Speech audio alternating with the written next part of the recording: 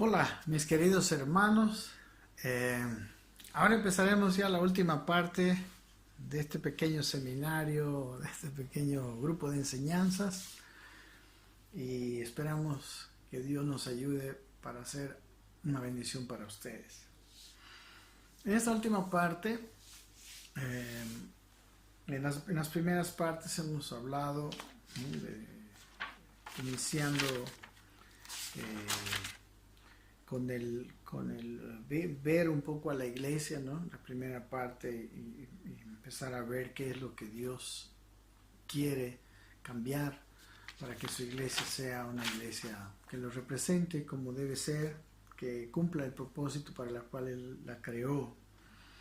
En la segunda parte nosotros vimos un poco de cuál era el propósito eterno de Dios al crear la iglesia, al enviar a Jesucristo, que tienen más o menos el mismo propósito, ¿no? El propósito no cambió, Dios fue cumpliendo su plan en sus etapas necesarias.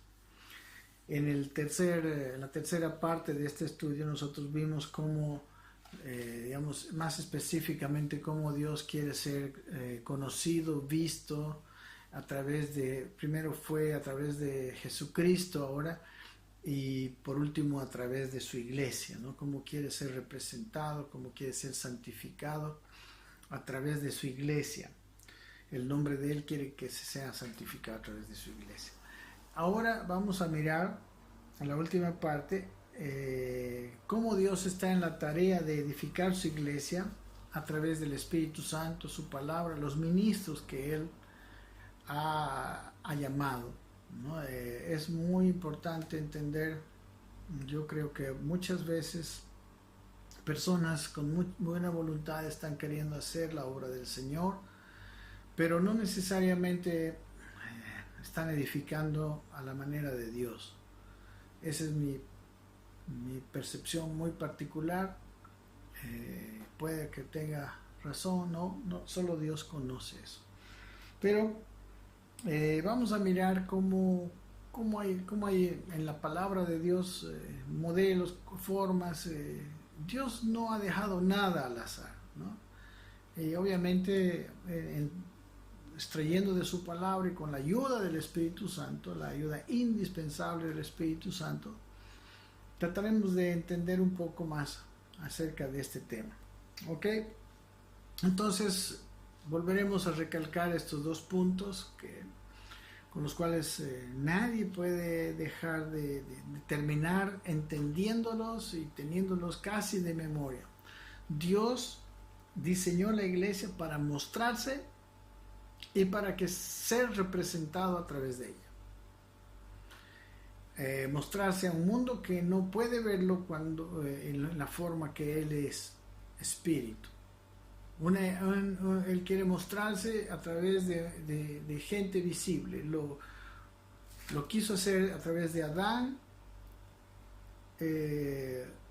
lo hizo a través de Cristo y ahora lo quiere hacer a través de nosotros, su iglesia.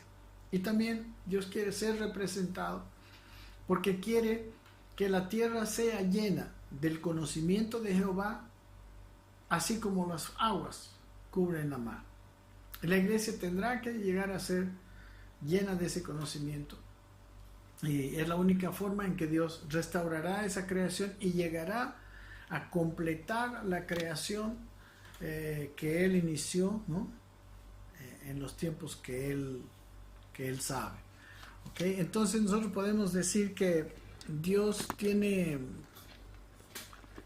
está ahorita, ¿no? Yo estoy totalmente convencido que Dios está viento en popa en la consecución de los propósitos que Él estaba teniendo. Yo estoy convencido que estamos en los tiempos más maravillosos de la historia, viendo desde el punto de vista divinos. Entonces, podemos mirar, número uno, quizás quisiera ver que Dios está hoy usando a los ministros, ¿no? Los 5 ministerios. Definitivamente Dios siempre tuvo los 5 ministerios como los forjadores, ¿no?, de la iglesia. Miraremos un poquito acerca de esto y comprenderemos el papel, cada uno en cierta manera, pero todos con el mismo propósito: formar a Cristo en las personas, en los cristianos. Vamos a ver el libro de Colosenses, ¿no?, el capítulo 1. Quiero ver con ustedes el versículo 24. Dice así la palabra del Señor: ahora me gozo, dice, en lo que padezco por vosotros, y cumplo en mi carne lo que falta de las aflicciones de Cristo por su cuerpo, que es la iglesia. Bueno, en realidad las aflicciones de Cristo para redimirnos de los pecados ya nadie puede cumplir, ni Pablo ni nadie. Él las cumplió totalmente. Él satisfizo la justicia de Dios para que nosotros fuéramos perdonados. Este cumplir o completar en la carne de Pablo es otro tipo de sufrimiento, ¿no? Es un tipo de sufrimiento, es un tipo de aflicción para llevar el evangelio a todo lugar, ¿no? Pablo mismo, Dios mismo le había dicho, ¿no?, a Pablo en palabras proféticas, cuánto le era necesario padecer, ¿no?, para cumplir la labor. En realidad Pablo estaba padeciendo, me imagino que estaba cegando lo que cumplió. En realidad, padecimiento, sufrimientos, pruebas, esto no es algo ajeno a nadie, ¿no? Tampoco a Pablo, menos a Pablo, ajeno ni siquiera a las personas que no creen en Dios. Definitivamente, yo creo que los cristianos somos los que sufrimos menos, no sé, puede ser que suframos situaciones muy difíciles, pero un asunto de nosotros, una cosa muy buena de nosotros, es que todos nuestros sufrimientos tienen propósito. Nosotros podemos tener el consuelo de Dios en nuestros sufrimientos, podemos ver propósito en ellos, ¿no? Lo que el mundo no. El mundo se amarga, el mundo se llena de amargura, de resentimiento, de cosas, aún hasta veces contra Dios, porque ni lo entiende. Pero Pablo dice que él cumplía en su carne, estaba padeciendo por lo que falta, ¿no?, de las aflicciones de Cristo por la iglesia, por su cuerpo, que es la iglesia. Versículo 25 dice: de la cual fui hecho ministro. Él reconoce que él fue hecho ministro según la administración de Dios que me fue dada para con vosotros, no según los planes preconcebidos de Dios, para que anuncie cumplidamente la palabra de Dios, dice. Versículo 26: el misterio que había estado oculto desde los siglos y edades, pero que ahora ha sido manifestado a sus santos. Él habla de algo que estaba escondido, un misterio que en realidad está dentro de las escrituras, pero era vedado a los ojos materiales, ¿no?, a los ojos humanos, al razonamiento lógico.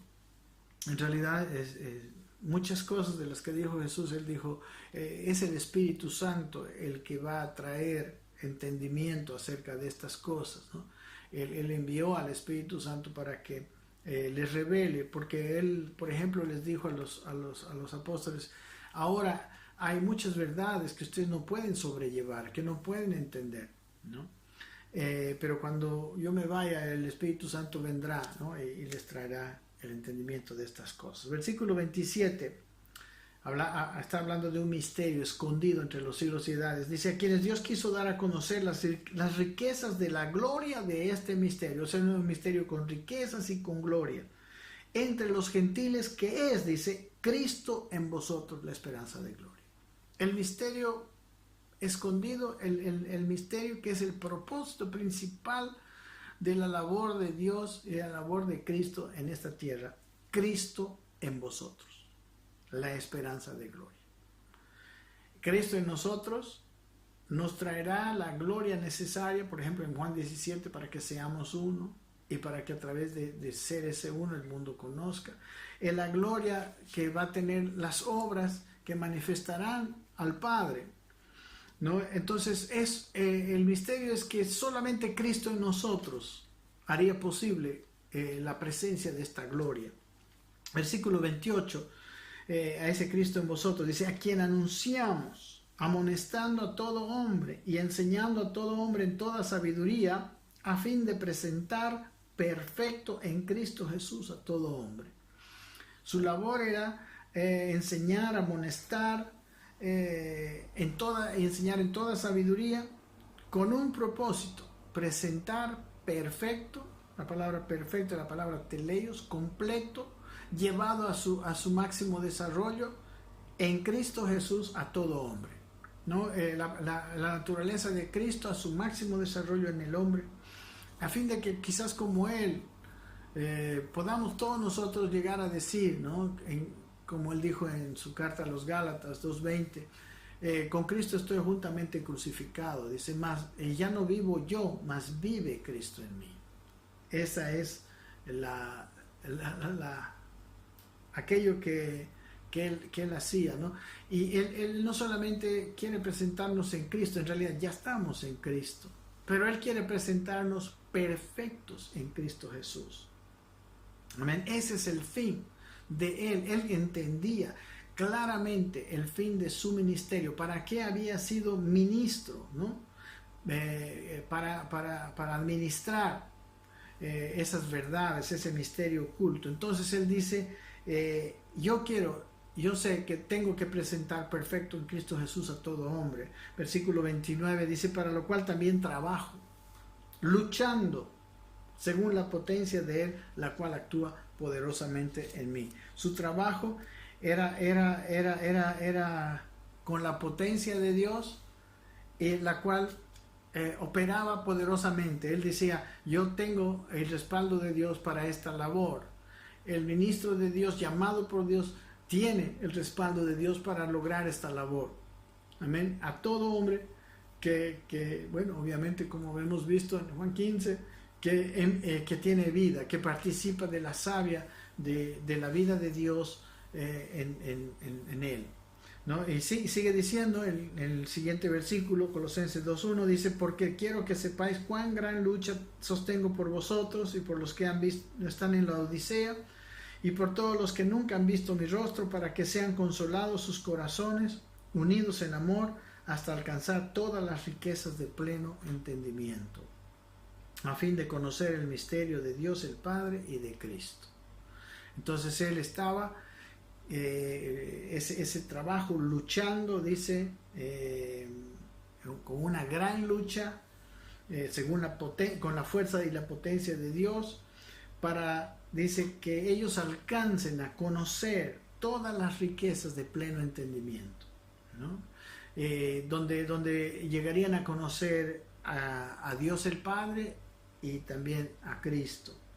Dice el versículo 3: en quien, en Cristo, están escondidos todos los tesoros de la sabiduría y del conocimiento, ¿no? Por eso también en versículos anteriores encontramos que Dios quiere unir en Cristo todas las cosas, las que están en los cielos y las que están en la tierra, porque en Cristo, están escondidos todos los tesoros de la sabiduría y del conocimiento. Colosenses capítulo 2 versículo 3. Entonces Él entendió ese plan y lo empezó a ejecutar. En su carta a los Efesios lo dice de otra manera. Él muestra y dice: y Él mismo, versículo 11, 4:11, y Él mismo constituyó a unos apóstoles, a otros profetas, a otros evangelistas, a otros pastores y maestros. Versículo 12, a fin de que de perfeccionar a los santos para la obra del ministerio, ¿no? Recuerden que en Colosenses dice que presentar perfecto en Cristo Jesús. Aquí está hablando lo mismo: a fin de perfeccionar a los santos para la obra del ministerio, para la edificación del cuerpo de Cristo, hasta que todos lleguemos a la unidad de la fe y del conocimiento del Hijo de Dios, a un varón perfecto, ¿no? Perfeccionar, perfecto, completo, maduro, llevado a su máximo desarrollo. A la medida, lo recalca, a la medida de la estatura de la plenitud de Cristo. Vuelve a mostrar cuál es el objetivo del ministerio, el objetivo de los 5 ministerios. Perfeccionar a los santos, llevarlos al conocimiento de Cristo. Y vale decir que el conocimiento de Cristo es el objetivo de todo conocimiento. Y dice, para llevarnos a un varón perfecto, a llegar a ser un varón perfecto a la medida de la estatura de la plenitud de Cristo. O sea, aún es posible. Cristo mismo es la muestra. Se puede llegar a la medida de Cristo. ¿Para qué? Versículo 14, que ya no seamos niños fluctuantes, llevados por doquiera de todo viento de doctrina, por estratagema de hombres que para engañar emplean con astucia las artimañas del error. Toda desviación de este propósito nos mete, ¿no?, en caminos, direcciones incorrectas. Es necesario que los ministros y las iglesias locales tengamos una claridad en cuanto al conocimiento del propósito de Dios, llevarnos a la madurez, a la perfección en Cristo, y no ser llevados de todo viento de enseñanza, ¿no? Dice que nos hacen niños fluctuantes, ¿no? Personas que van para acá, para allá, no entienden a dónde van.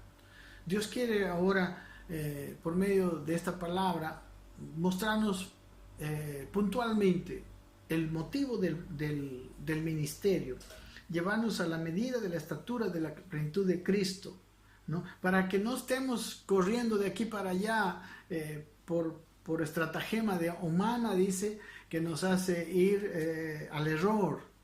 El error es también perder el tiempo, es también no dar el blanco. Es más, una de las palabras para describir pecado es amartía, y quiere decir errar en el blanco.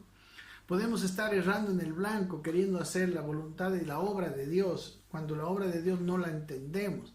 Y la obra de Dios en lo más profundo es que nosotros podamos ayudar a los hermanos a crecer hasta la madurez en Cristo. Dice aquí el versículo siguiente, versículo 15, si, en vez de ir al error, dice, siguiendo la verdad en amor, crezcamos en todo, en aquel que es la cabeza, esto es Cristo. En todo crezcamos en Cristo. Y para eso está la iglesia. Versículo 16, de quien todo el cuerpo, bien concertado y unido entre sí por todas las coyunturas que se ayudan mutuamente según la actividad propia de cada miembro, recibe su crecimiento para ir edificándose en amor. Para la edificación del cuerpo de Cristo estamos los ministros, está obviamente primero el Espíritu Santo, el único importante, los ministros y la iglesia. Porque la iglesia, cada miembro, cada hermano, tiene una actividad propia, distinta de la de los demás, complementaria, que ayuda a la madurez de todo el cuerpo de Cristo para que seamos edificados en amor, para que crezcamos en todo, en aquel que es la cabeza, esto es, en Cristo. Aleluya. En el libro de Romanos también tiene una referencia a esto, ¿no? En Romanos 8:29 dice, porque a los que antes conoció, también los predestinó. A los que conoció, ¿no? a los que nos dio su espíritu, nos predestinó. ¿Para qué? Para que sean hechos conformes a la imagen de su Hijo. El mismo propósito. Dios creó al hombre a su imagen, conforme a su semejanza. Y aquí nos está restaurando para ser hechos conformes a la imagen de su Hijo, para que Él sea el primogénito entre muchos hermanos, ¿no? La palabra primogénito es la palabra prototokos, que quiere decir que es la misma palabra de prototipo, para que Él sea el modelo, la forma. Amén. No en las formas externas, pero en la esencia, ¿no? Más bien las formas externas son diferentes. Como dice Efesios, según la actividad propia de cada uno de nosotros, tiene una actividad propia, tiene dones particulares, pero todos en carácter, todos en el desarrollo interior, estamos llenos de Cristo, ¿no? Seremos hechos conformado, igualado a la imagen de su Hijo. Amén. Y dice que a los que predestinó, a estos también llamó, a los que llamó también justificó, y a los que justificó también glorificó. Les llenó, les dio la gloria necesaria para que puedan hacer esto. Amén. Dice en el versículo 15 de Romanos 8 también, pues no habéis recibido el espíritu de esclavitud para estar otra vez en temor, sino que habéis recibido el espíritu de adopción, por el cual clamamos Abba Padre. Hace unos días escuché en la radio que espíritu de adopción quiere decir el espíritu del hijo maduro, del hijo desarrollado, algo así. El espíritu de adopción. Dios no, la adopción de Dios, de Cristo, que habla Efesios y que habla aquí en Romanos, no es una adopción como la adopción humana, ¿no? La humana es una adopción simplemente legal. Pero la obra de Cristo es una obra, como yo les había dicho, genética, es una acción profunda, es una acción donde cambia nuestra naturaleza. Y por eso podemos decirle Abba Padre, porque ya él viene a ser realmente un padre, no un padre adoptivo, un padre real. Y dice por eso el versículo 16 que el Espíritu mismo le da testimonio a nuestro espíritu que somos hijos de Dios. El entendimiento de que somos hijos de Dios no es una cosa que yo lo puedo dar a alguien. Es algo que el Espíritu mismo en ese alguien va a decirlo. Amén. Y el versículo que sigue dice, y si hijos, también herederos, tenemos una herencia, herederos de Dios y coherederos con Cristo, si es que padecemos juntamente con Él, para que juntamente con Él seamos glorificados. O sea, si no, la verdad que el padecimiento no es algo extraño. El padecimiento también nos trae gloria.